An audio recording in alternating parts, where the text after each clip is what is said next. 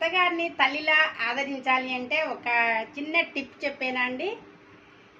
అందరూ కూడా పెళ్ళి అయిన తర్వాత మగపిల్లగాడికి పెళ్లి చేసిన తర్వాత పెళ్లి కాకముందు మా బాబుకి పెళ్లి కాలేదండి, మంచి సంబంధాలు చెప్పండి అంటారు. మనం మంచి సంబంధం చెప్పి పెళ్ళి అయిన తర్వాత ఇంకా ఆ సంతోషం అంతా అయిన తర్వాత ఇక వాళ్ళకి మా గుబులు పుడుతుందండి.